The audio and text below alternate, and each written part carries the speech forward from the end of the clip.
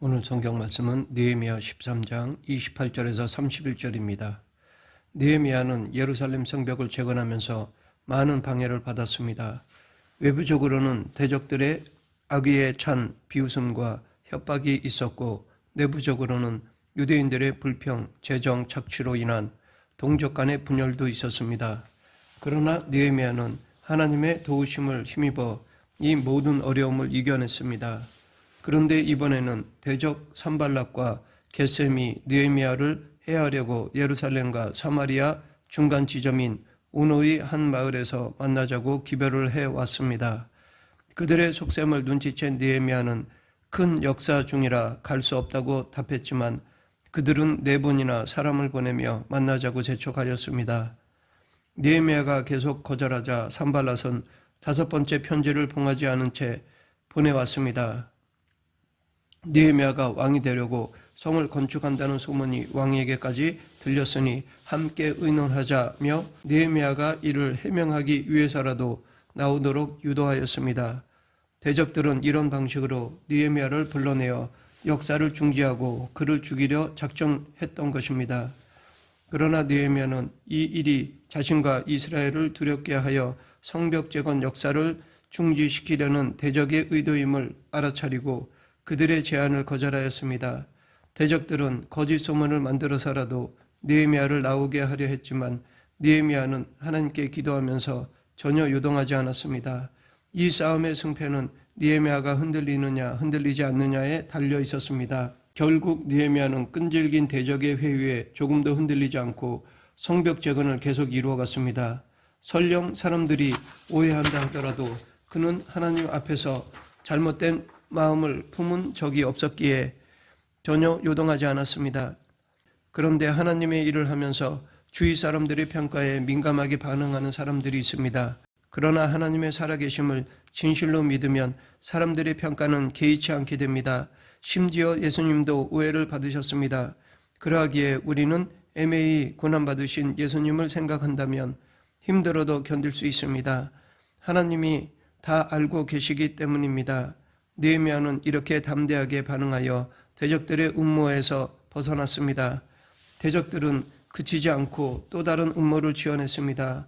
어느 날 스마야가 두문불출하기에 느헤미야가 그 집을 찾아갔더니 스마야는 대적들이 그날 밤 느헤미야를 죽이러 올 것이니 하나님의 전 안에 들어가 문을 닫고 그 안에 머물자고 권유하였습니다. 스마야는 마치 자기가 하늘의 계시를 받은 것처럼 예언하였습니다. 그런데 성소는 제사장 외에는 그 누구도 들어갈 수 없는 곳입니다. 이전에 우시야 왕이 성전에 들어가 제사장 대신 분향하려다가 나병에 걸렸습니다. 이에 느헤미야는 성소에 들어가 생명을 보존하라는 스마야의 제안을 단번에 거절하였습니다. 느헤미야는 도비야와 산발랏이 스마야에게 뇌물을 주어 거짓 예언을 하게 한 것을 나중에 알게 되었습니다. 그들은 느헤미야를 두렵게 하여 죄를 범하게 하고 악한 말을 만들어 느헤미야를 향한 비난이 쏟아지게 하려고 했던 것이었습니다. 만약 느헤미야가 스마야의 말을 듣고 두려워서 성소 안에 숨었다면 사람들은 지도자라는 사람이 백성들의 생명은 어떻게 되든 상관없이 자기 생명만을 구하려고 성소에 들어갔다고 비난했을 것입니다. 이것이 바로 대적이 원하는 바였습니다. 그를 죽이지 못하니까 그의 권위를 실축시키려 한 것입니다. 하나님의 일을 하는 사람에게 권위는 중요합니다. 그러하기에 그리스도인의 권위가 함부로 훼손되어서는 안 됩니다. 신약시대의 우리 모두는 왕같은 제사장입니다. 약점이 없는 사람은 없지만 객관적으로 드러나는 약점을 고쳐서 완전한 자가 되어야 합니다. 마귀는 특별히 하나님의 일을 하는 일꾼들의 약점을 물고 늘어집니다. 따라서 지도자는 모든 것이 가하나 모든 것이 덕을 세우는 것이 아니니 라고 했던 사도 바울의 말처럼 덕이 되지 않는 행동은 스스로 삼가해야 합니다. 돈 문제에 있어서 깨끗하고 품위 있는 언어를 사용하고 약속과 시간을 잘 지켜야 합니다.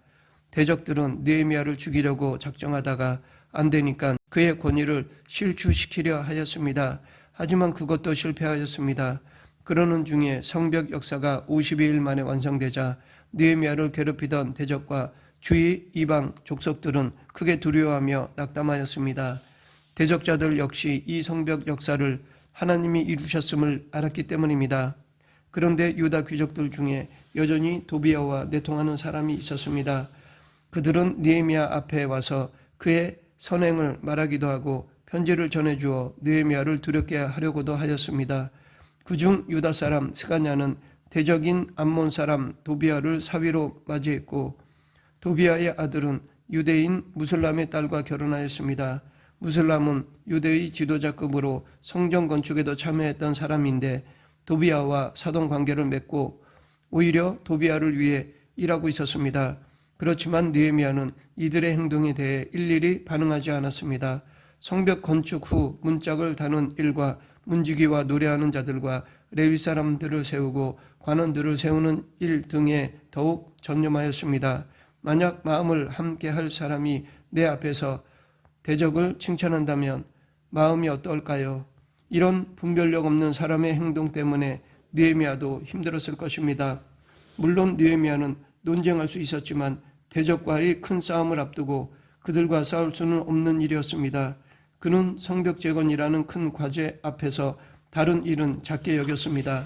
결국 성벽에 문짝을 달고 일할 사람들이 세워져 이 사역이 완성되므로 이스라엘의 수치는 회복되었습니다. 느헤미야는 큰 목표를 이루기 위해 무시와 오해와 그로 인한 속상함을 묵묵히 견뎌냈습니다. 하나님의 일을 하다 보면 측근에서 힘이 되어야 할 사람이 오히려 힘을 빼고 방해하는 경우가 있기 마련입니다. 이때 너무 낙심하지 않기로 결심하고 마땅히 할 일만 묵묵히 계속해 나가는 자세가 중요합니다. 10년 넘게 유다 총독으로 일했던 느헤미야는 바사로 돌아갔다가 몇 년 뒤에 왕의 허락을 받고 다시 예루살렘으로 돌아왔습니다. 그런데 돌아와 보니 자리를 비운 사이에 여러 문제가 산적해 있었습니다.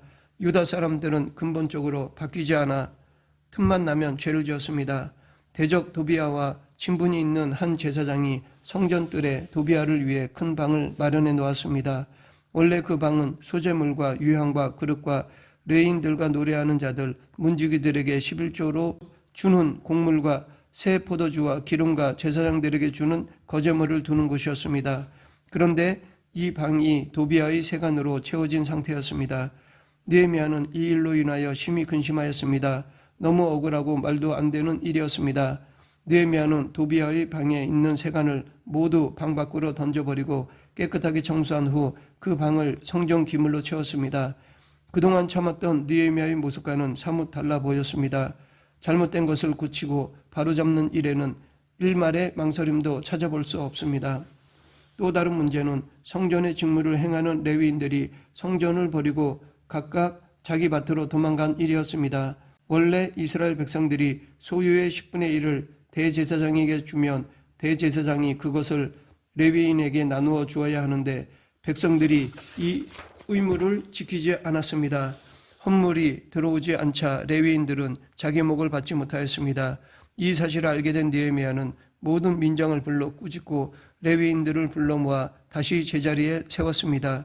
그리고 유다 백성들에게서 헌물을 받아 곳간에 드리고 충직한 자들에게 이를 분배하는 직분을 맡겼습니다. 이로써 느헤미야는 하나님의 성전을 정결하게 하고 레위인의 직무를 회복시켰습니다. 사실 헌물을 드리지 않는 백성들이나 그 일로 도망간 레위 사람들 모두 잘못입니다. 둘 다 잘못했지만 이치를 따져보면 백성들이 헌물을 하지 않으니까 그 결과 레위인들이 배고파서 살 길을 찾아 성전 밖으로 나간 것입니다. 그래서 느헤미야는 원인을 제공한 민장들을 책망하며 이 문제를 바로잡았습니다. 또한 안식일에 장사하면 안 되는데 어떤 유다 사람들이 안식일에 술틀을 밟고 곡식단을 나귀에 실어 운반하며 포도주와 포도와 무화과와 여러 가지 짐을 지고 예루살렘에 들어와 음식물을 팔았습니다. 또 두로 사람이 물고기와 각양 물건을 가져와 안식일에 예루살렘에서 유다인들을 상대로 장사를 하였습니다. 이에 느헤미야는 유다의 모든 귀인을 불러서 장사하는 사람들을 막지 못하고 안식일을 범한 죄를 책망하였습니다. 그러고는 안식일 전날에 아예 예루살렘 성문을 닫아 버렸습니다. 그러자 장사꾼들은 일단 물러나 성문이 열리면 들어와 장사하려고 성 밖에서 잠을 잤습니다. 이를 알게 된 느헤미야가 장사꾼들에게 성 밖에서 자면 모두 잡아들이겠다고 하자 안식일에 장사꾼들이 아예 오지 않게 되었습니다. 느헤미야는 인간의 이런 집요한 면을 잘 간파하여 철저히 이를 처리하였습니다. 단지 안식일에 장사하지 못하게 한 데서 그치지 않고 성문 밖에 있는 사람들까지 확실하게 정리하였습니다. 예루살렘 성에는 문이 한두 개가 아닌데 그 많은 문에 있는 장사꾼들을 쫓아내 그들이 다시는 안식일에 예루살렘에 들어오지 못하게 하였습니다. 그동안 유다 사람들은 이방 여인들과 결혼하여 자녀까지 낳았습니다. 그런데 그 자녀들이 이방인의 언어는 말하면서 유다 말은 할 줄 몰랐습니다. 느헤미야는 그들을 책망하고 저주하면서 그들 중 몇 사람을 때리고 그들의 머리털을 뽑고 나서 다시는 자기 자녀들을 이방인과 통혼시키지 않겠다는 맹세를 하도록 하였습니다. 그는 솔로몬 왕이 많은 이방 여인을 아내로 삼아 결국 하나님 앞에 범죄한 사건을 통해 이방 여인을 아내로 맞이하는 것이 얼마나 큰 악인지를 강조하였습니다. 이는 하나님께 죄를 범하는 것으로 도저히 용납할 수 없는 일이라고 설명하였습니다. 그런데 이방인과 혼인한 사람 중에 대제사장의 손자가 있었는데 그는 산발랏의 사위가 되어 있었습니다. 산발랏은 느헤미야를 대적하는 데 앞장섰던 이방인이었습니다. 결국 느헤미야는 제사장 직분을 더럽히고 언약을 어긴 그를 쫓아냈습니다. 느헤미야는 이방 사람들을 떠나보내 유다 백성들을 깨끗하게 하고 제사장과 레위 사람들의 반열을 세워서 각각 자기의 일을 맡겼습니다. 느헤미야는 자신을 향해 몰아치는 모든 어려움, 외부의 방해와 내부의 분열을 다 이겨내고 성벽 재건이라는 큰 목적을 이루어냈습니다. 그리고 이스라엘 민족의 질서와 예배의식을 다 회복시켰습니다. 그 과정에서 오해도 받고 비방도 받고 어려움도 겪고 두려움도 있었지만 중간에 멈추지 않고 끝까지 모든 일을 해냈습니다. 이렇게 느헤미야가 숱한 어려움과 반대를 겪으면서도 끝까지 성벽을 재건하고 개혁운동을 완수할 수 있었던 비결은 과연 무엇이었을까요? 그것은 하나님과의 소통이었습니다. 느헤미야는 무슨 문제든 하나님께 아뢰며 도움을 구하였습니다. 처음 예루살렘에 관한 소식을 들을 때부터 기도했던 그는 이방인의 비웃음과 위협을 들을 때도 총독의 일을 할 때도 대적들이 그를 성소로 도피하게 만들려는 음모를 꾸몄을 때도 유다 백성들이 레위 사람들에게 양식을 주지 않는 일을 바로잡을 때도 하나님께 기도하였습니다. 성문 밖의 장사꾼들을 쫓아낸 후에도 성전을 떠난 레위인들을 다시 부르면서도 그는 기도했고 이방인과 혼인한 대제사장 가문의 사람을 내쫓은 후에도 기도하였습니다. 느헤미야는 문제가 있을 때마다 그 문제를 기도와 연결하였습니다. 이렇게 하나님과 느헤미야 사이에는 문제를 해결하는 통로가 항상 열려 있었습니다. 그는 힘들 때 그 상황을 하나님께 이야기하면서 마음을 풀었고 문제와 어려움을 쌓아두지 않았습니다. 어려움이 쌓이면 낙심하게 되고 낙심하면 포기하게 됩니다. 하지만 문제를 하나님께 아뢰고 풀면 다음을 대비할 수 있습니다. 느헤미야는 하나님과 밀접한 관계에 있었기에 물러나지 않고 끝까지 갈 수 있었습니다.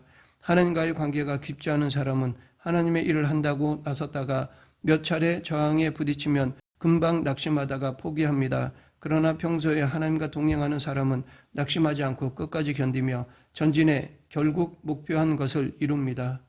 말씀을 맺겠습니다. 하나님을 위해 일하다가 낙심한 사람이 있다면 다시 일어나 하나님이 기뻐하실 일을 끝까지 감당해야 합니다. 고난을 받더라도 그 고난이 더 복된 것임을 믿으며 계속 전진해야 합니다. 이 시대의 교회를 바라보며 마음 아파하고 일어나 끝까지 하나님의 사명을 완수하는 저와 여러분 되길 간절히 축원합니다. 기도하겠습니다. 생사와 화복을 주관하신 하나님 아버지, 주신 사명을 감당하는 데 있어서 지혜를 주시고 어떤 어려움이 있다 하더라도 끝까지 완수하는 저희 모두가 되게 하여 주시옵소서. 예수님 이름으로 기도드립니다. 아멘.